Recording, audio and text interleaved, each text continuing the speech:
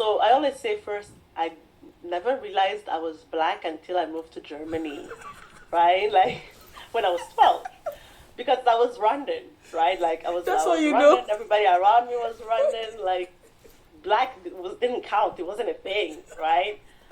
And then you move to Germany and now you're black and you're like, right, I am black, I'm not just Rwandan, like I am also black, you know? Because now that's how people see you, that's how they receive you, right? And then when we moved to Senegal, so then in Germany it was like, okay, I'm black and I'm Rwandan, great. And then in Senegal it's like, oh, but I'm Rwandan, like I'm East African, right? And then I come to Michael, like I come to Montreal for college, and I'm like, okay, but what am I, right? And so I had a bit of an identity crisis, and I was like, how do I get all of these different ideas and different ways of living and thinking aligned to who I am as a person? I always knew I wanted to be a mom. Okay. Like I wanted to have a family. Now, when I became a mom, man, I didn't realize how hard it would be.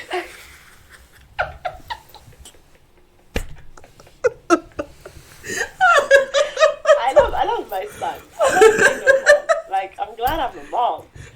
Definitely now I'm on the camp of, if you're hesitating about whether you want a kid or you don't want a kid, you don't want a kid.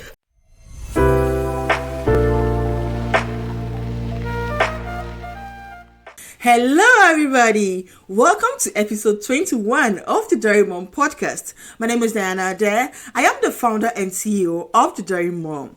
We inspire, educate and empower mothers who may be struggling to reclaim their dreams or who may have temporarily set aside their ambitions due to the demands of motherhood.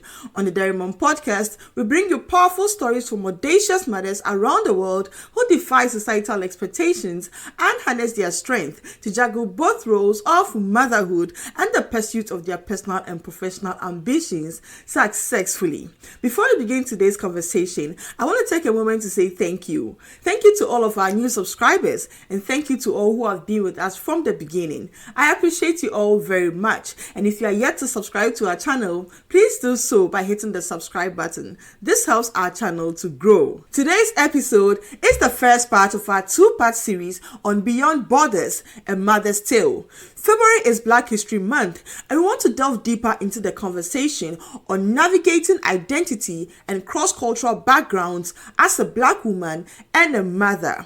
Joining us in today's episode is our special guest, Michaella Mutoni-Dorvlo. Michaella Mutoni-Dorvlo is a strategist, storyteller, and advocate for cross-cultural voices. With a BCom from McGill and an MBA from NYU Stern, she has spent over a decade working with global organizations like the Clinton Foundation and SAP, spanning sectors from NGOs to tech. Today, she leads a solution consulting team at a tech company, helping governments improve operations by digitalizing their workflows. Having lived in 7 countries across Africa, Europe, and North America, and fluent in English, French, and Kinyarwanda, Michaella brings a unique global perspective to her work. Michaella is the author of The Wondrous Journeys of Isaro and Juru, a children's book series that explores diverse cultures through the adventures of 2 siblings. Now living in Canada and raising her own cross-cultural child, she's dedicated to celebrating and sharing the richness of a cross-cultural world. If you are ready and excited for today's conversation, grab your pens and notebooks and join me as I speak to our special guest.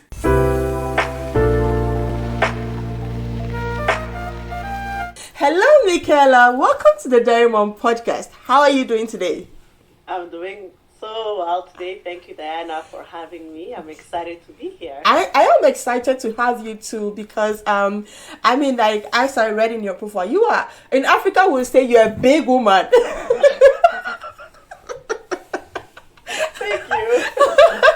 Thank you. You are a strategist, you are a storyteller, you are a founder, you are a woman in tech, like you are a tech leader, and you are a cross-cultural kid, like that's how you describe yourself. Somebody who has lived in 7 countries, like I can't even think about it, like seven different countries, between Africa and Europe and North America. And like here you are, you are an author. Like you have a lot on your plate, and to top it all, you are a mother and a wife. Like it's such a big deal, and we want to dive deeper into your life. Like I'm going to get under your skin really today. Let's go. We want to know how you kind of like find the balance between all of these roles, what really like is your inspiration, and then all that. So I'm going to shoot right away. Okay, so Michaella, tell us about your childhood, growing up. Like now you lived in 7 countries, so I really don't know which country you grew up in.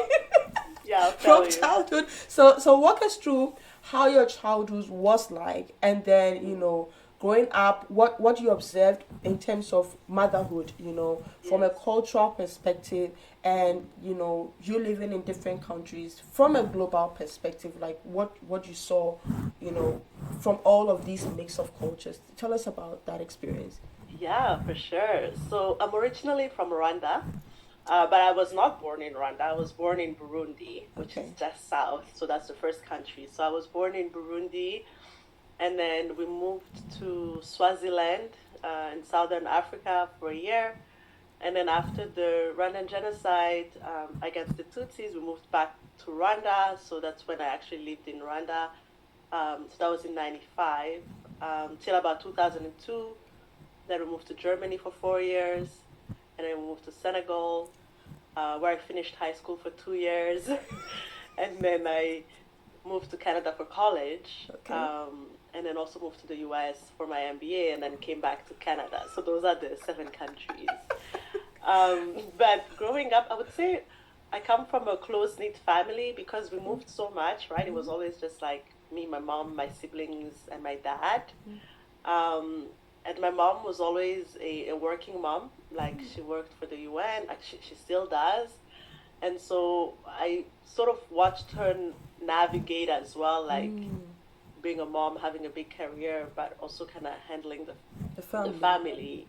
And in Africa, it's a bit easier because you can get help, right? Like you have house help and things like that. But when we lived in Germany, like I really saw her try to do it on her own and then try to manage us at the same time. And then we moved to Senegal. And so in a way, that made it possible for me to see myself as, yeah, I can be also a working mom, and I can also kind of do everything I want to do and find a way around it. So that's kind of how I grew up. Wow. Born in one country, moved to a different country. I find it really fascinating, and I'm glad that you had someone to look up to, as in you saw your mother juggling like all of these roles, and you made an interesting statement that in Africa it's easy because you have like a whole community, and I think we say back in Africa we say like it takes a village to raise a kid. So it's easy to lay your hands on someone, maybe an auntie, a cousin, like someone to say, okay, come help me with the kids, or I'm going to the market. Can I leave the kid with you? Yes, exactly. Yeah.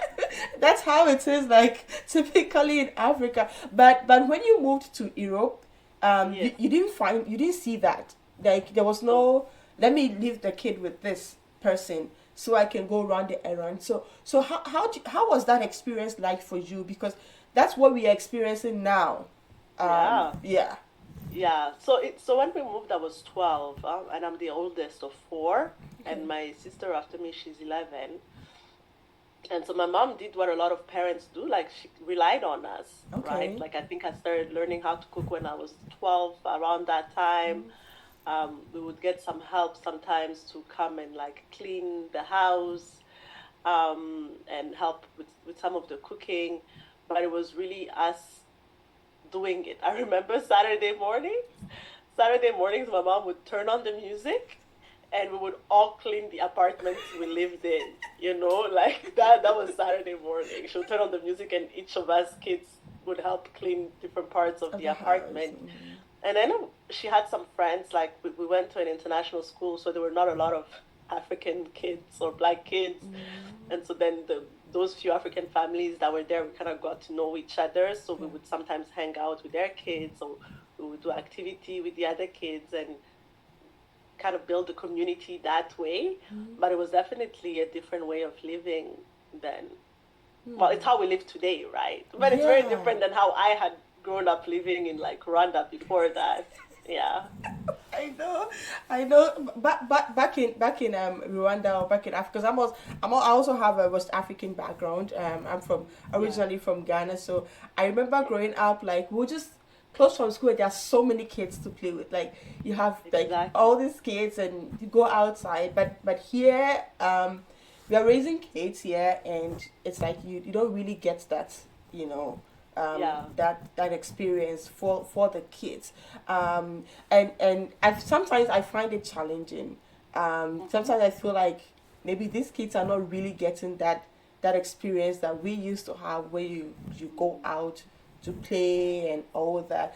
Would you say this particular, like, dynamic, or how we are raising our kids now in a Western world, is impacting our kids socially, like, in a way, with your experience as somebody who has had all these cross-cultural experiences? Can you share that a little bit of that? Yes and no. That's an interesting question. Like, I totally understand what you mean, because when I lived in Rwanda, my uncle lived down the street, like, literally. So me and my cousins, we grew up together and we played together, and our families felt safe enough to let us be together, right? I think when you live here, the community is different, right? Like, if you look at the neighborhood you live in, right, most likely, they're Canadians. Like, I mean, we're Canadians too, but like, non-immigrant Canadians, right? Or maybe not like first generation immigrant Canadians, right? So of course you can make a community that way, and maybe get to know like the kids down the street or things like that, and that's also important.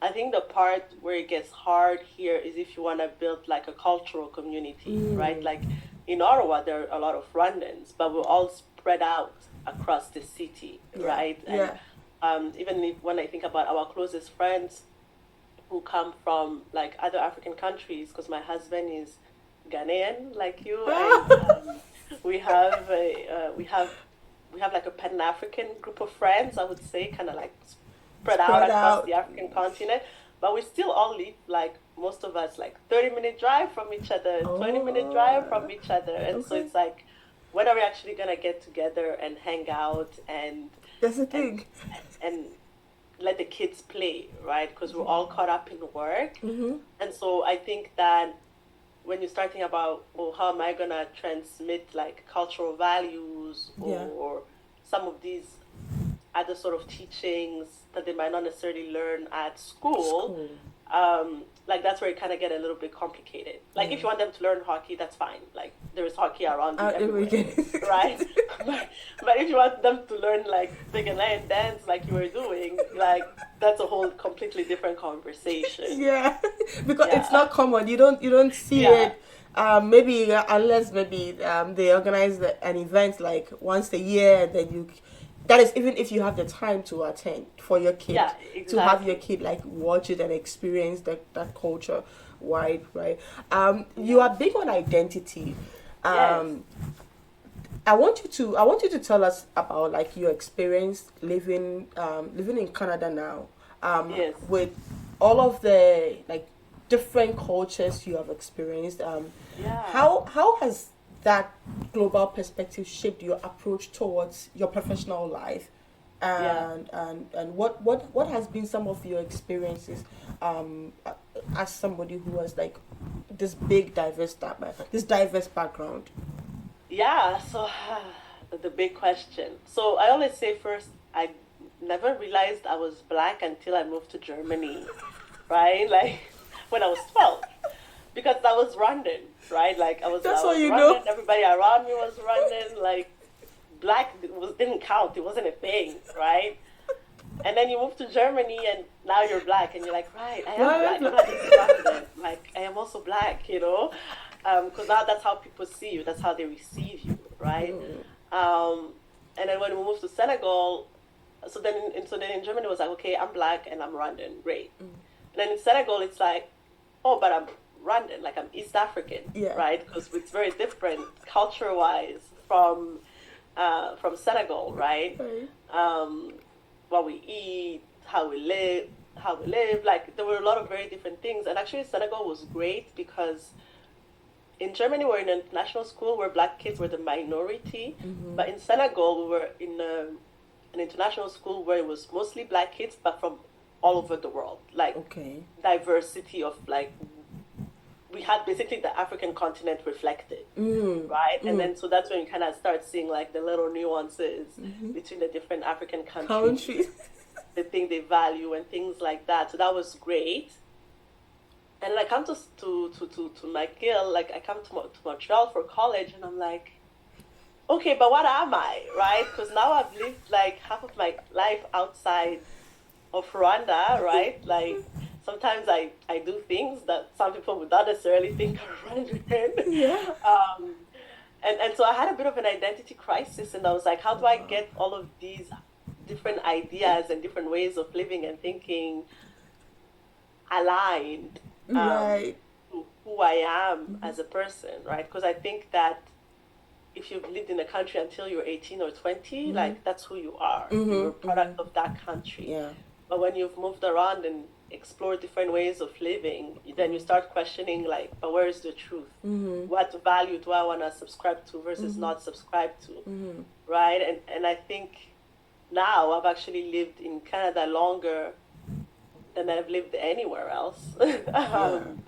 So I also subscribe to being Canadian because it's my second home. Like I've lived here the longest. And I also think sometimes that by not embracing that we live here and that we are Canadian, then it makes it hard to get involved in our communities as well. Like I should care what the mayor of Ottawa is doing. You know, like I should care what the decision that the city council is making because hey, I am paying taxes in this country. I live here. Whatever decisions are made are gonna impact me, are gonna impact my kids.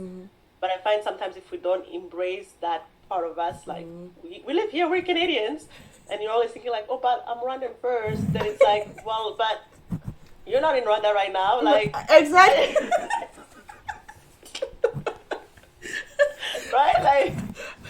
Right, you're a great member of the Rwandan diaspora and you're putting your country on the map, but live here too, you know, like contribute here too. I think this is such a big deal. Like it's such a big deal because like what you're saying is so true. You grow up in like one country like for the most part of your life, and then you move to a different country, and then you are kind of like struggling to integrate into the system.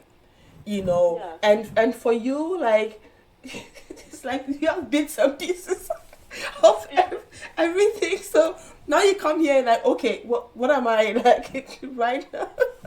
And it's so important when you mention like you should care about what the mayor is doing. Like you should care about it. I find myself, you know, here in Canada, but also interested in like keenly interested in Ghanaian politics. Like elections are coming up, and I'm joining for public forums on okay, how is it gonna go and everything, and I'm like okay, what about like Canadian politics? You know, like I still find myself, I'm still kind of learning about Canadian politics. I'm still learning like okay, what's the parliament, you know, everything. So like you mentioned, it can be hard because it's like your body is here, but like your mind is back home, and that identity crisis. And let's talk about accents. Like it's such a big deal, right? Like you find it, like you said, you didn't know you were black until you went to Germany. You move here and you are classified as visible minority, like especially like because of your skin color, because of your like the fact that you are even a woman, so it makes you like even part of the minority of the minority, like the smallest group, right? And you keep like questioning yourself, and the moment you start speaking people go like, "Oh, what's your accent? Like your accent is so different. Like, tell us about your experience with that." Yeah, I struggle with that a lot, especially because I like to say like my accent is a mutt because I have lived in because I have lived in so many countries. I wouldn't say that I have a Rwandan accent. Like I don't, right?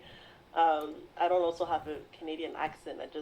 And sometimes depending on who I'm speaking to, my accent will switch a little bit to imitate them, right? Kind of try to imitate.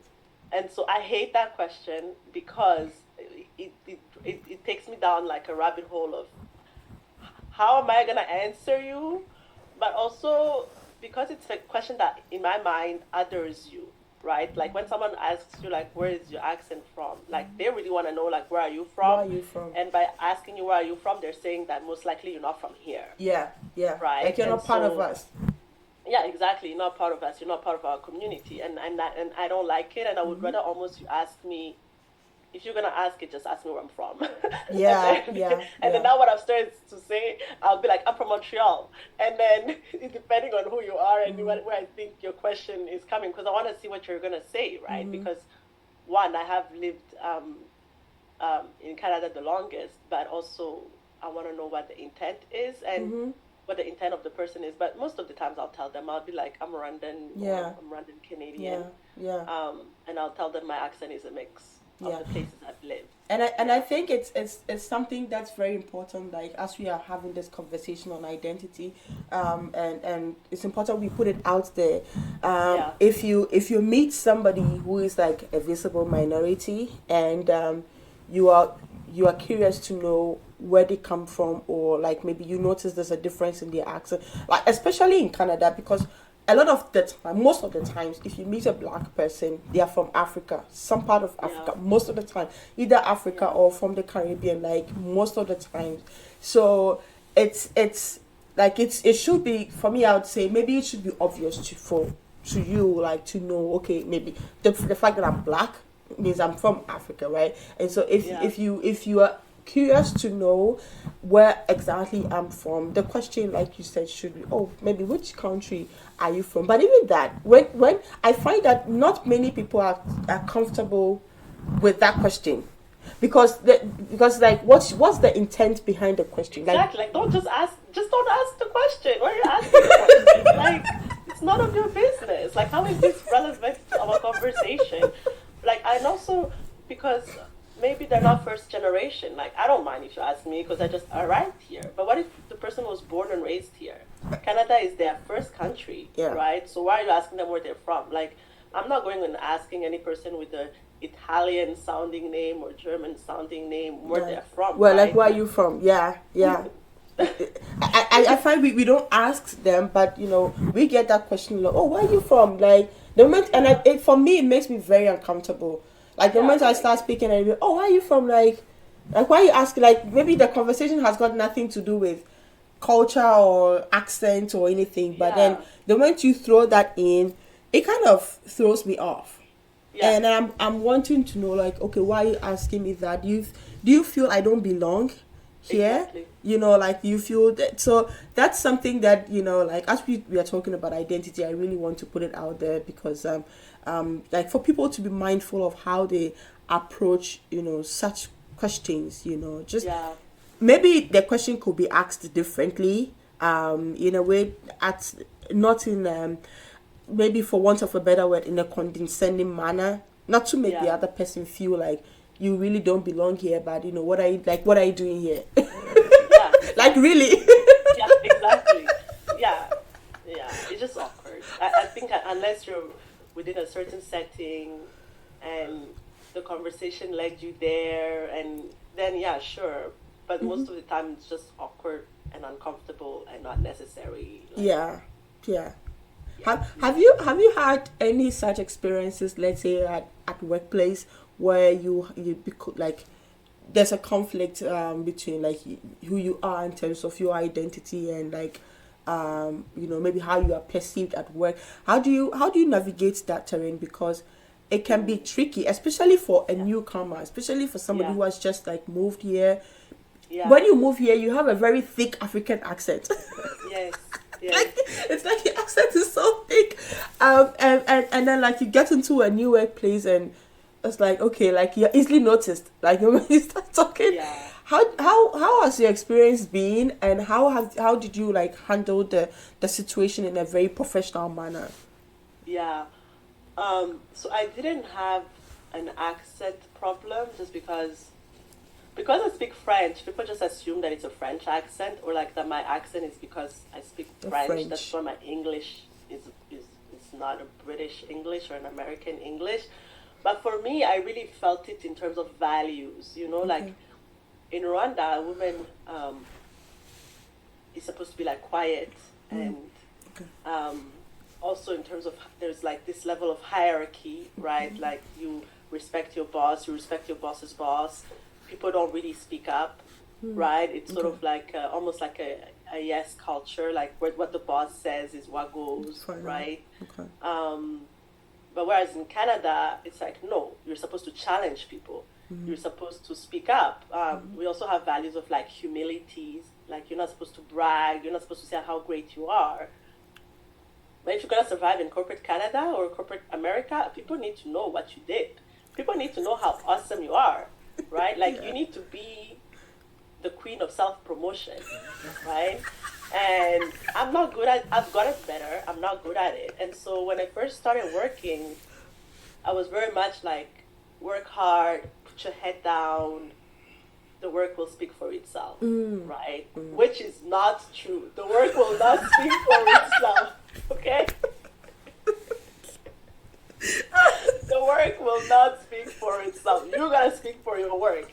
You're gonna go and say like, hey, Michaella, I did this. Diana, I did this, right? And so that's really where and I think it's a challenge because I've done a lot of coaching with like newcomers and like young people, like students and things like that, to really explain that. Like it's a crash. It's a clash in values, right? Yeah. Like you're raised to know like, I'm gonna work hard, I'm gonna be humble, I'm not gonna brag, I'm not gonna boast. And me, I'm telling you like, nah, you gotta go and you have boast. to it's like pick a what do you call it, like a trumpet microphone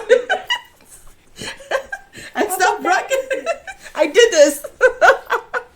Wow. And you kind of have to, and I struggled a lot, but it was starting to hurt me because I was known as like almost like this little mouse, you know, that does their work in their corner and is effective. But then people be like, oh, how's Michaella? Yeah, she's all right. She's good. She does her job, right? But that's not what's going to get me the next promotion. And that's not what's going to get me, like, wherever I need to go, right? So it's like, yes, work hard, but also talk about your work. Like, build your network. Let people know that this is the stuff that you did, not the team. Even if the team did it, you led the team. Right, because I used to do a lot of like we did this and we did that. No, you did that. Like, I see. Oh my God, this conversation we are having is very important because I figured that too when I first moved to North America. Again, like you said, I mean, Africans, we all share like similar cultural values. It's not very different whether you're from East Africa or West Africa. But I figured that like when we come here, we join corporate America, corporate Canada is still same. Like you rightly said, you have to let people see you. Like you have to be visible. That's the term they use. Like you need to be visible.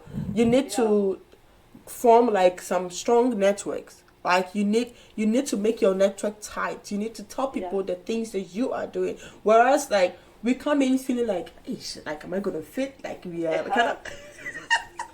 Oh my gosh!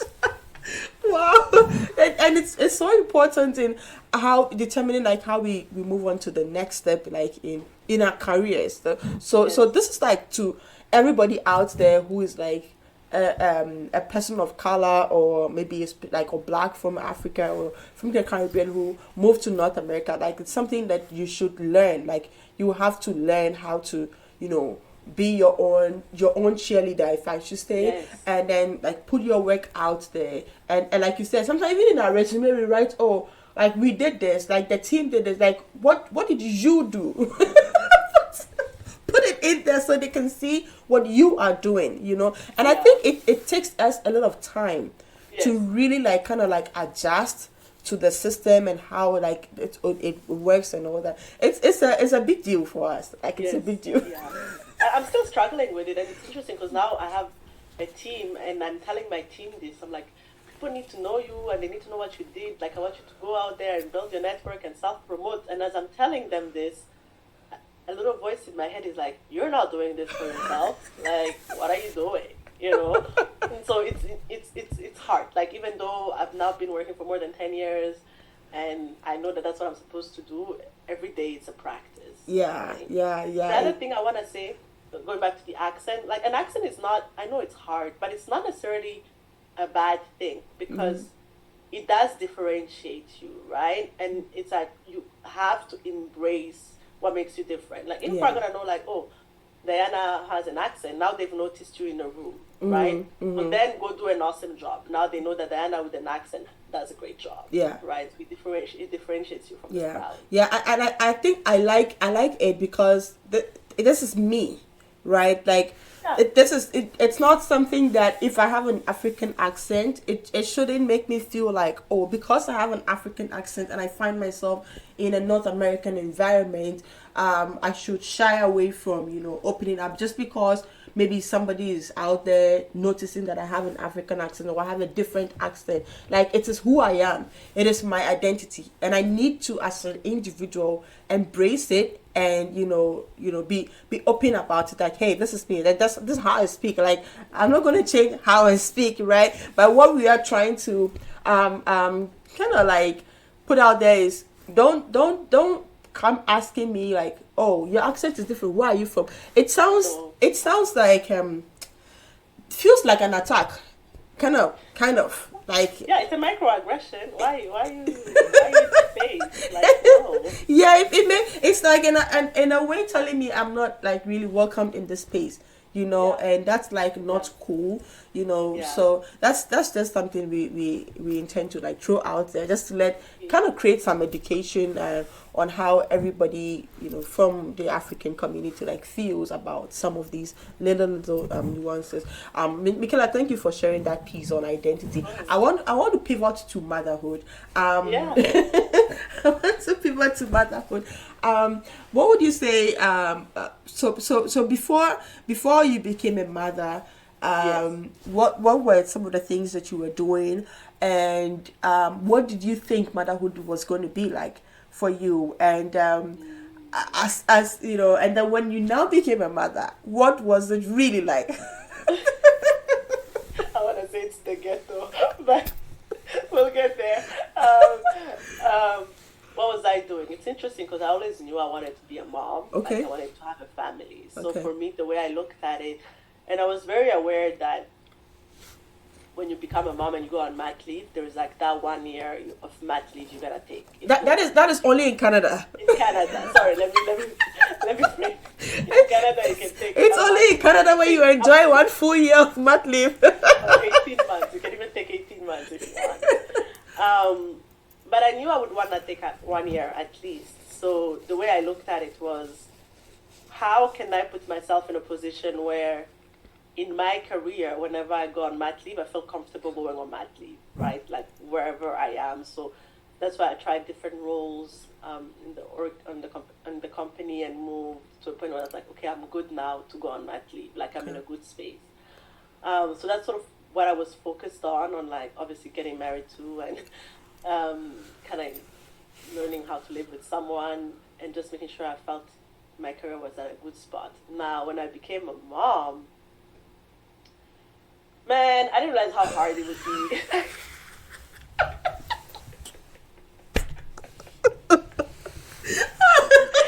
I love my son. I love being a mom. Like, I'm glad I'm a mom. Definitely now I'm on the camp of, if you're hesitating about whether you want a kid or you don't want a kid, you don't want a kid. So motherhood is just, you have to be 10 toes in. You have to be 120% committed, 200% committed. It's not maybe I want to become a mom, maybe I don't want to become a mom, because once they're here, like, you're stuck with them for life.